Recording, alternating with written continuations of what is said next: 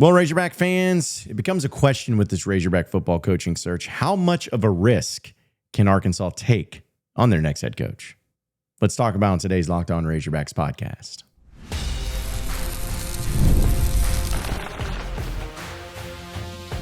You are Locked On Razorbacks, your daily podcast on the Arkansas Razorbacks, part of the Locked On Podcast Network, your team every day.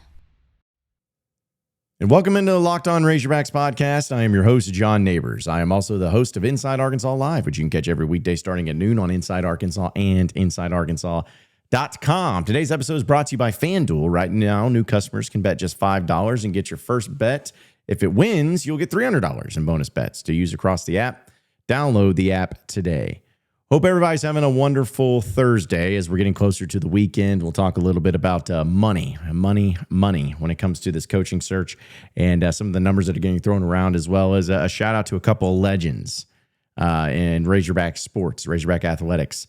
We'll get to that as well. But I wanted to kind of open up the podcast today because, again, I know we have a lot of stuff going on, but during the bye week, you got Razorback basketball this weekend, which we'll have a little bit of a Locked On crossover tomorrow with the Michigan State guy from Locked On and everything. But, you know, so much focus, so much attention is being paid to this Razorback football coaching search, and rightfully so. It's an important one. And it's one that it's humorous to me to hear from other people outside the state of Arkansas.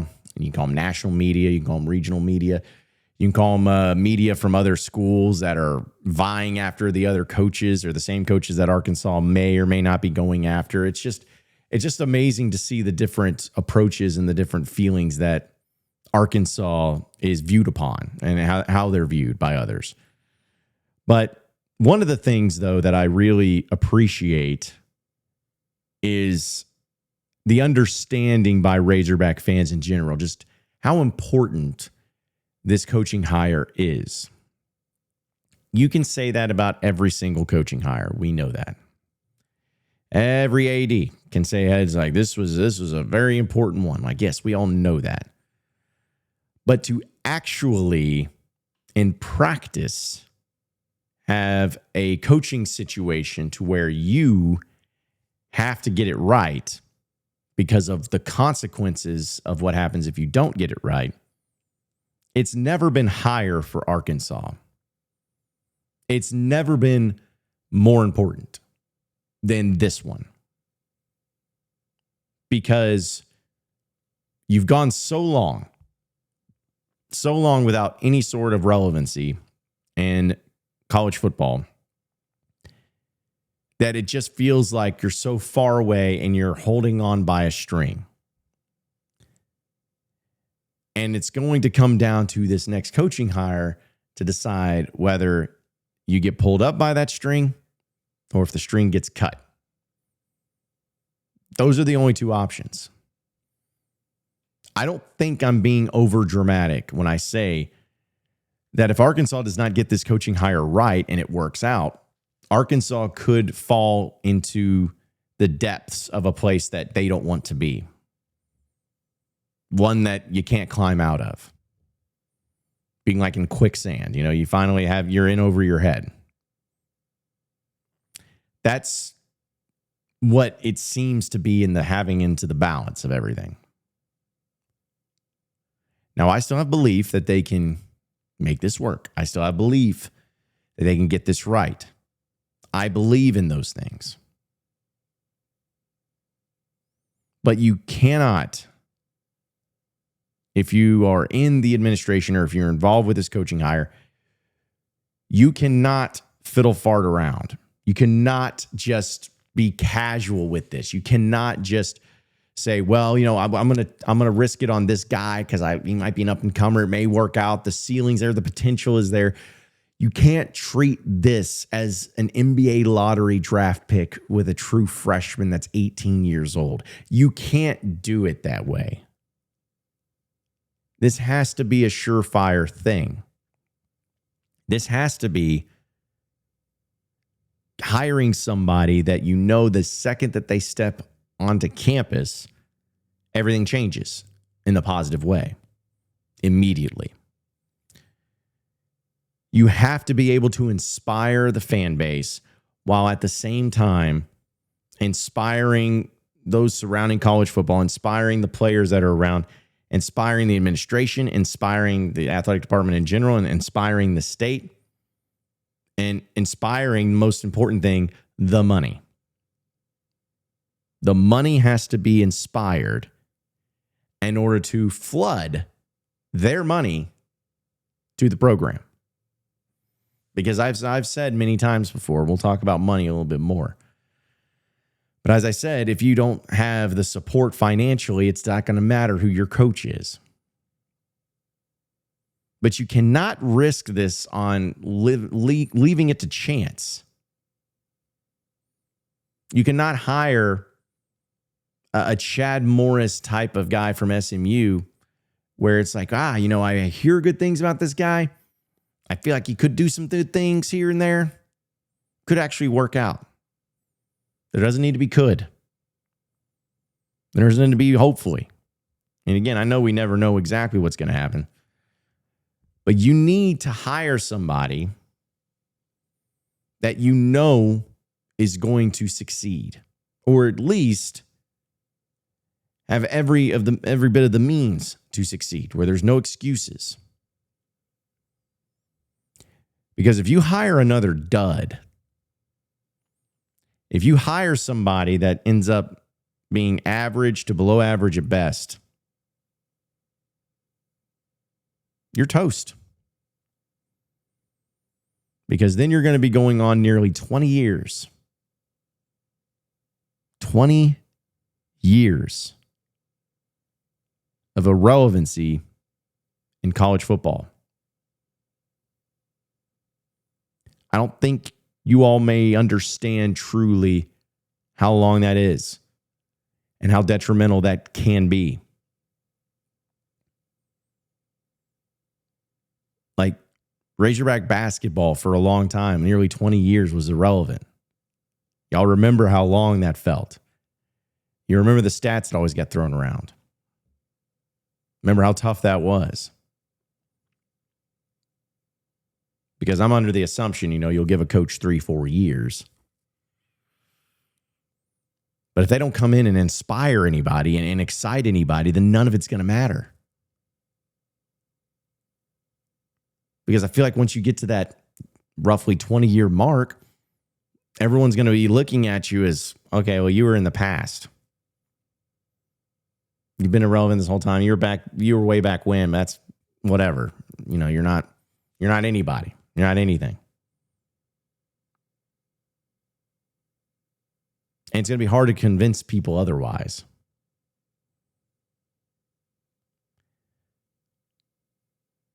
This has to be a serious thing that you don't go discount on.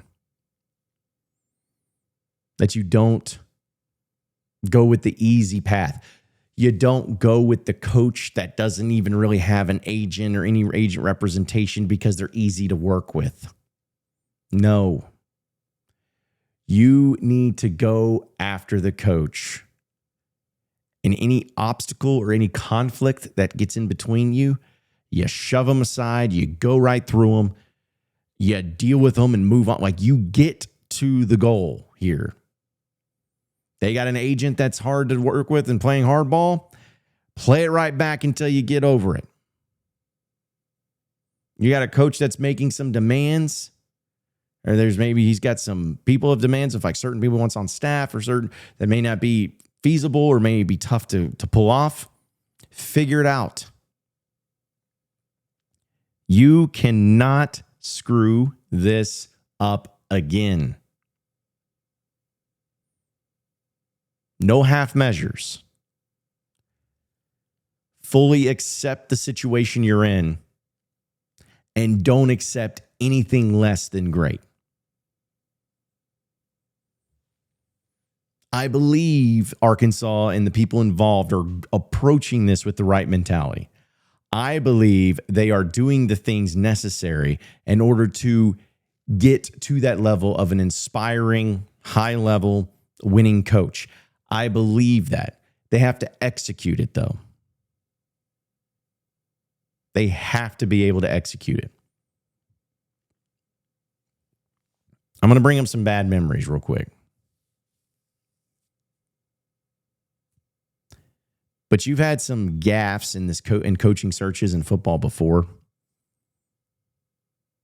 That it's scary. The Brett Bielema hire was a great hire at the time. I'll admit it. It didn't work out, but it was a great hire. Nobody ever sat there and said, wow, this is dumb. Why would Arkansas hire this guy? No one said that. But if you remember the Chad Morris hire, it was like they were going after Gus Malzahn. They didn't have an AD, and Gus Malzahn was playing with them, and Jimmy Sexton was playing with them. And, they were just, who do we hire? And then somebody said, oh, I like this Chad Morris guy. And they're like, okay, let's just do that. You didn't have the adults in the room dealing with it the way they should have. And that's why you ended up with what you had. And then the Sam Pittman fiasco, you killed yourself because your pride got in the way of like, well, we're going to do it this way and we're not going to deal with agents in this way. We want people to be who want to be here and stuff. I don't want to hear about any approach or any certain level of like, this is how we're going. No. Go get your guy. Period. Go get the one you want. I don't want to hear, well, we need an Arkansas guy. No, you don't. You need the best coach. We want a coach that wants to be here. Yeah, me too. Guess what? The best coach can want to be here. But you got to recruit him. That's sports. You recruit guys. You convince them. Do you think every single player in Razorback football history wanted to be a Razorback the second they popped off their pillow and realized they were a great player? No. You had to convince them, and that's okay. You need to do that. Oh, we want a coach that's not going to cost an arm and a leg. Then you need to find some way to you cut off your own arm and leg and go and get them. No excuses. No problems, no issues, no nonsense. Go get the guy you want. Make him say yes. Deal with the after effects later. Make him say yes. And let's go. You can't afford. You cannot afford it. You could talk about, well, what about the money? What about the approach? What about the attitude? What about the agent? Does not matter. Do not care. Deal with it afterwards.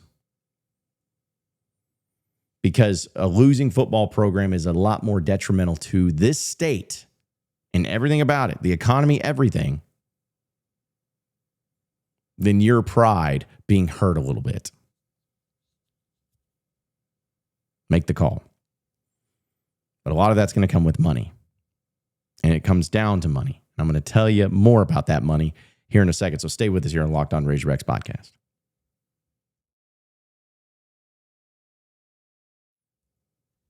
All right, Razorback fans, when the opening whistle blows on a new repair, get your crew moving forward with Supply House. Order today and see parts on your doorstep tomorrow. Over 280,000 plumbing, HVAC, and electrical items from the most trusted brands in the business. Their real-time inventory and honest lead times keep you from punting on projects, while their industry-leading customer service has always got your blind spot covered. Need parts fast for a project? Well, Supply House has next day delivery. Talk about a game changer. The part finder tools and 3D schematics can save you hours on jobs where every detail matters. So join the free Trademaster program today and score serious perks like priority shipping, lower prices, and dedicated support lines. Visit supplyhouse.com to sign up for free and use promo code SHCollege5 for 5% off your first order. That's supplyhouse.com. Real people, real service.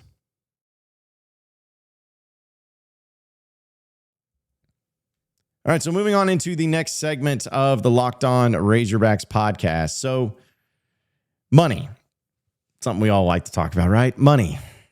Money is something we always wish we had more of. Money is something that is important to every aspect. But it's extremely important when it comes to this situation for Arkansas and getting that coach. Now, I talked about over a week ago when I broke the news that Arkansas was talking with James Franklin and there was a legitimate connection there, legitimate excitement and legitimate interest. I talked about how much it was going to cost to get him, about $10 million per year. That is the approach that, from my understanding, the university was coming in on. Well, that was just the coaching salary. That doesn't include the rest of it when it comes to money and when it comes to how much it would cost not only to have a staff, but have travel and everything. And I think Trey Biddy, Fox Sports, talked a little bit about it too. It's like 30 million, 40 million, something to that extent. Similar to what I've heard. And that's something that somebody like James Franklin would need. That's a lot of money, isn't it? It is. It is. But it's so funny to me how some people will just chalk it up to, well, we got this donor. We got this person, this Walmart, Tyson, JB Hunt. We got them. It'll just fine. It'll be good. It's not as easy as that. It's a little bit more complicated. It's a little bit more nuanced than that. My understanding on this whole money deal is that you have had the efforts put in by those at the U of A, foundation, everybody, to chip in. Because it's kind of been a little bit of a trickle down economics, if you will. You have the big dime donors, the big money makers that have decided enough's enough. Let's put some stuff forward. Let's figure this out. They come up with some solutions. They come up with some support, but then there's also the situation we're going to need more help than that. So they have to go to some of the other big donors, the other big money makers, and say, hey, we need your help. Like you have the A-tier millionaires, billionaires, and then you go down and you still have really rich people. Like it's trickling down. And it's like, well, if these people are donating over there, if the big dogs are donating, then I guess I'll donate. And there's some people that are saying, well, if the big dogs are donating, that's great, but I still need to see and know who we're looking at here or what we're talking about here before I go all in on it.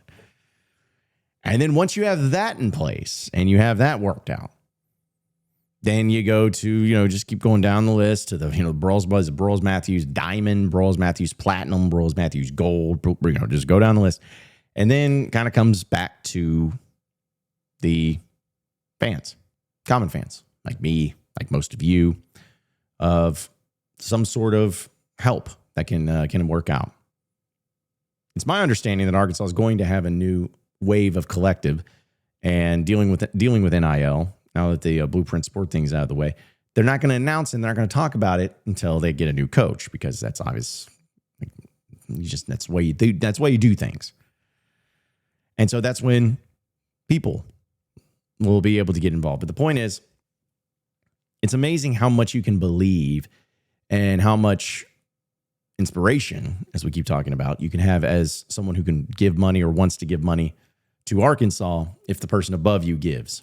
If the person above you is in charge, if the person above you is believing in it and coming to you. Because I've always said these millionaires didn't become millionaires by being stupid with money. They know what they're doing. They know it's a good investment. And the people that see them investing into it want to jump in on it as well. And I'm not saying this is some sort of like anti-Hunter Yurachek thing or anti-anybody at the U of A. But let's be honest, given the circumstances of how things have gone, who are you going to trust more? You as a common fan, who are you going to trust more?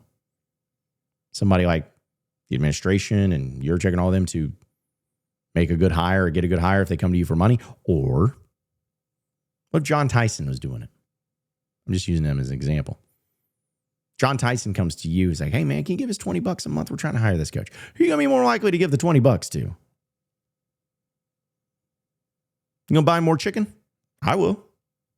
I'll buy all the Razorback nuggets. If it meant my football team was going to be great again. So just keep that in mind. Keep that in mind with the money situation. And from my understanding, folks, the money situation is just fine. Shouting out to a couple of legends. Coming up next here on the Locked On Razorbacks podcast.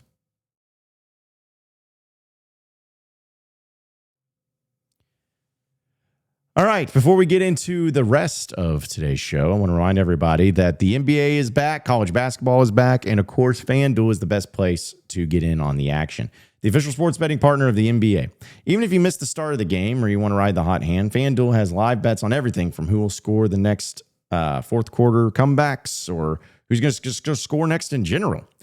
Plus, you can even combine your live bets into same game parlays for a shot at a bigger payout. It keeps every game exciting, especially when your team's making that late push. And right now, FanDuel is giving new customers $300 in bonus bets when your first $5 bet wins.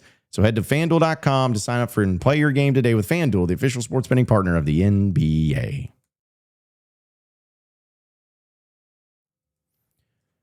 All right, so moving on into the next segment of the Locked On Razorbacks podcast. So a couple of things, though, that I wanted to bring up here in dealing with some sad news and some respectful news. Dave England, one of the Razorback team doctor for basketball and for various sports at University of Arkansas. He was there for decades, man. Decades. Passed away just here recently, a couple of days ago. And for those of you who may not remember Dave England, you could probably recognize him by the glasses that he had. If you watch the highlights of the national championship game in 1994, when Arkansas beat Duke, and Corey Beck had to come out because he had a scratch and he was bleeding for a free throw line at the end, and Al Durd came in and made him. It was Dave England kind of putting the towel and getting the blood off. It was really sad. And I was fortunate enough to have just a very few interactions with Dave England. And again, he was just a legend. Transcended various coaching staffs at Arkansas. Was a true Razorback. Loved the Razorbacks. Came over under Dean Weber. And just hated to see that and dealing with his health issues. But shout out to him, a legend in the game. But also a shout out to CHRIS Buckman. Bucknam. For some reason, I always struggle to say his last name. Bucknam. There we go. As he is the Razorback men's track and field coach and has been for a long time. And he has officially announced his retirement. I know Razorback track is definitely one of the things that we can hold our hats on. But he's been the coach for 18 years. I was really surprised to see that, but it's true because he took over after John McDonald retired. I mean, it's incredible to think that it's been that long. And he had a few championships. Obviously, it wasn't to the same level of John McDonald because no one's ever going to get to the same level as John McDonald, but still won some championships. Had some great things. And also, apparently, Doug Case will be the next head coach of the men's program, who is the associate head coach for the current program. So shout out to a couple legends there that the passing, of course, of Dave England and the retirement of CHRIS Bucknam. It's, again, like these are the ones that have been around a long time and very appreciated for all their services and what they've done for the U of A. No doubt about it. Appreciate each and every one of you listening in and watching into the Locked On Razorbacks podcast. Be sure to like and subscribe to the podcast on iTunes or on Google Play. You can also get after me on Twitter, John Nabors Show, for any questions, comments, concerns you may have. We'll keep it going from there. Same podcast time, same podcast channel tomorrow afternoon. Have a great day, everybody. See you then.